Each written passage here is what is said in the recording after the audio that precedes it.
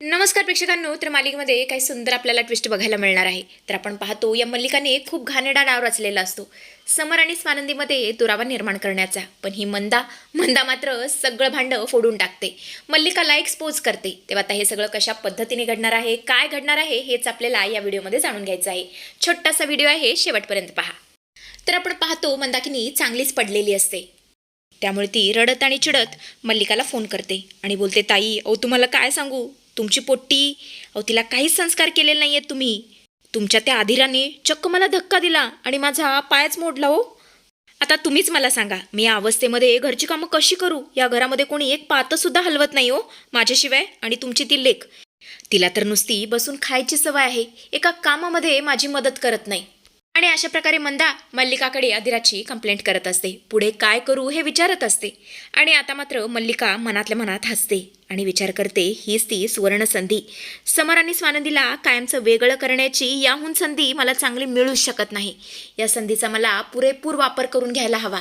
मल्लिका आता मुद्दाम साळसूतपणाचा आणते आणि बोलते, मंदाताई अहो जरा शांत व्हा, मला समजतंय तुमचा त्रास, पण आता तुम्ही एकट्याने हे सगळं कसं निभावणार? आणि माझी ती डॉल, माझ्या अधिराची या सगळ्यामध्ये काहीच चूक नाही हो. तिला सवयच नाही आहे घरकाम करण्याची, तिला काही जमत नाही. आणि घरात नोकर चाकर असल्यामुळे तिला या घरामध्ये काम करण्याची कधीच गरज पडली नाही. मग तुम्हीच विचार करा, ती घरकाम कशी करणार? त्यापेक्षा तुम्ही एक काम करा, तुमच्या एका मुलीला तुमच्याजवळ बोलावून घ्या.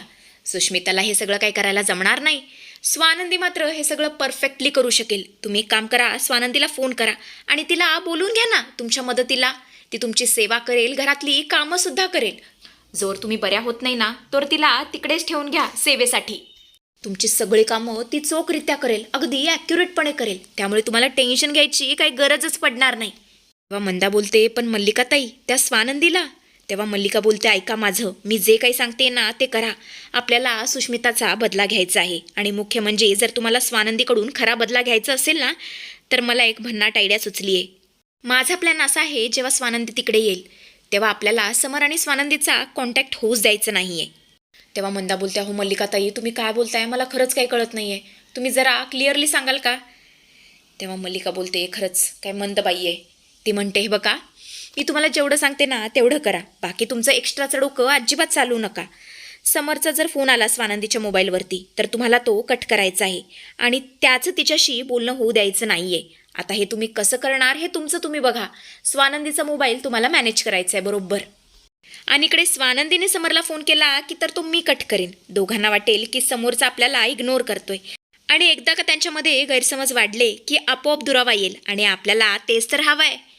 माझा प्लॅन तुमच्या लक्षात येतोय ना? मी जेवढं सांगते ना तेवढं फक्त करा, बाकीचं काहीच एक्स्ट्राचं डोकं चालवू नका. तेव्हा मंदा बोलते, ठीक आहे ठीक आहे, मी करेन, इतकं इतकं तर मला जमू शकेल. आणि तसं पण स्वानंदी जे काही वागली ना मागच्या वेळेस ते मला अजिबात नाही पटलेलं.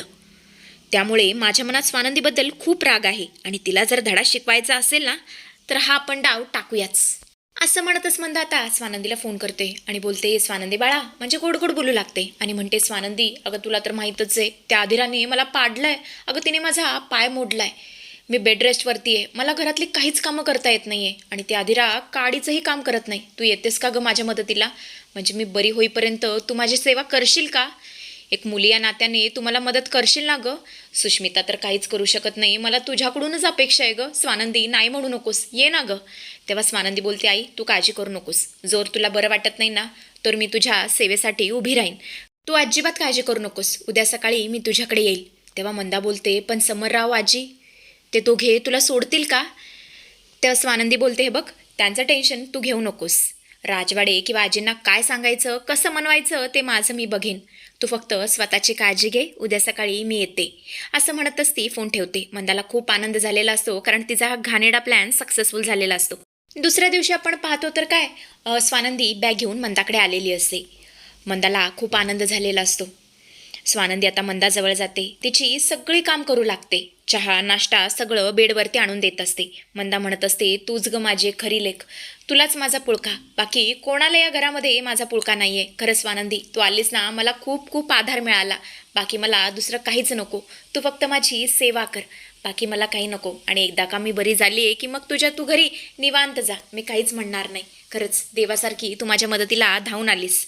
असं सगळं म्हणत असताना ती मुद्दाम आता स्वानंदीचा मोबाईल स्वतःजवळ लपवून ठेवते, कारण तिला पुढे खूप मोठा कांड करायचा असतो. थोड्या वेळाने आपण पाहतो तर काय, समर ऑफिसमध्ये असतो. त्याला स्वानंदीची आठवण येत असते. ती घरी पोचली की नाही हे बघण्यासाठी तो आता फोन करतो.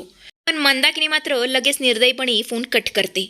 समर आता 2-3 वेळा पुन्हा कॉल करतो, पण मंदा पुन्हा तेच करते. ती प्रत्येक वेळेला समरचा फोन कट करते. आणि या सगळ्या प्रकारामुळे समर फारच अस्वस्थ झालेला असतो. तो स्वतःशीच विचार करत असतो. फोनकडे पाहत तो म्हणत असतो, काय झालं असेल स्वानंदी मॅडमला?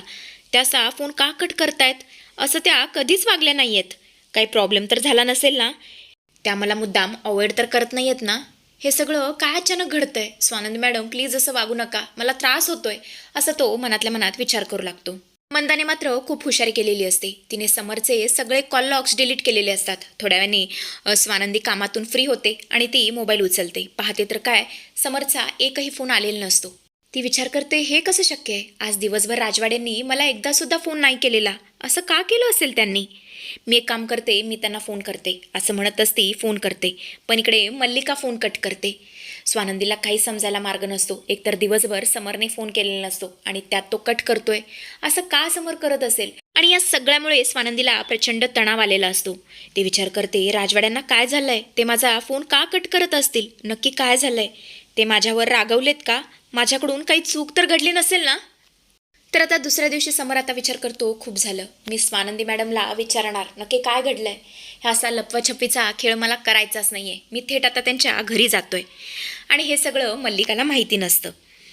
तो थेट त्यांच्या घरी पोहोचतो. पण स्वानंदी मात्र काही कामानिमित्त बाहेर गेलेली असते, बाजारात गेलेली असते. समर आता घरात प्रवेश करतो, पण आत कोणीच नसतं. तो आता 10 वेळा दरवाजा आपटतो, पण कोणीही दरवाजा उघडत नसतं, कारण बाबा, रोहन, आदिरा कोणीच घरात नसतात. आणि एकाएकी त्याला रूममधून मल्लिकाचा आवाज येऊ लागतो. जोरजोरात हसण्याचे आवाज येऊ लागतात. तो विचार करतो, काकू काकू या वेळेला इथे का आले असतील? एक मिनिट बघतोच, नक्की काय चाललंय हे मला कळायलाच हवं.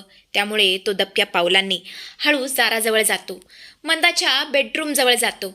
आणि तो जे काही पाहतो ते पाहून पूर्णपणे थक्क झालेला असतो. कारण मल्लिका टाळी देत असते मंदाला आणि म्हणत असते, वा वा वा, काय जबरदस्त काम केलंय तुम्ही. आता बघाच समर आणि स्वानंदी कसे कायमचे वेगळे होतात. एकमेकांचे फोन कट केले की गैरसमज तर होणारच आणि आपला मार्ग मोकळा. जबरदस्त प्लॅन आहे, एकदम जबरदस्त. मंदाकिनी बोलते, खरंच मल्लिकाताई, तुम्ही म्हणाला होतात ना, अगदी तसंच झालंय. आपण दोघींनी मिळून काय भारी डाव टाकलाय, मजाच आली.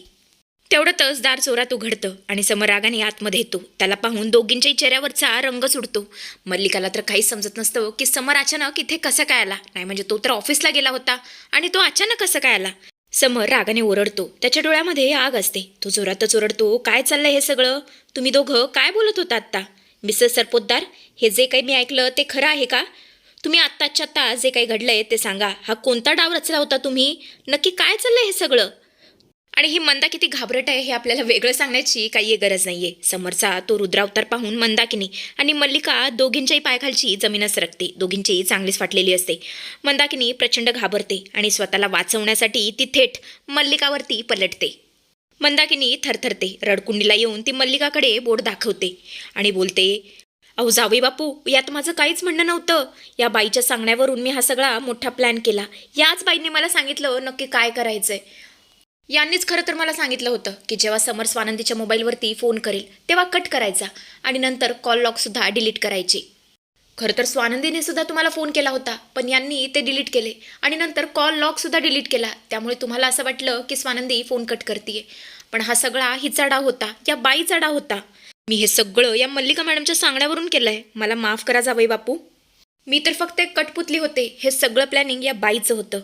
असं म्हणत असती सगळं खापर आता मल्लिकावरती फोडून टाकते. मंदाकिनी असं अचानक सत्य ओकल्यामुळे मल्लिकाला चांगलाच घाम फुटलेला असतो आणि समरने अचानक त्या दोघींना रंगे हात पकडल्यामुळे मल्लिकाकडे फिरवी करायला सुद्धा वेळ उरलेला नसतो. त्यामुळे पूर्णपणे ती निशब्द झालेली असते. समर अत्यंत संतापाने मल्लिकाकडे बघत असतो.